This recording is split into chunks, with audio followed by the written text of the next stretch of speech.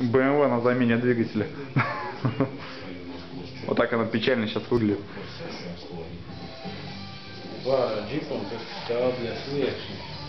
Это сервис, где это все происходит. Это мой бывший, где лопнула цепь.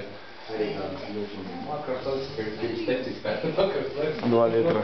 Но это М54. 2,5 литра. Который сейчас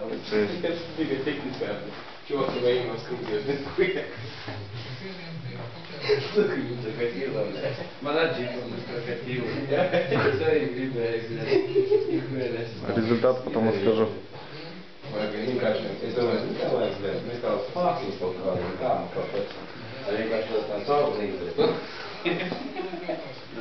Mersim, 98. gada, tas ir šoferu pusē visa grīda un balka jauniem.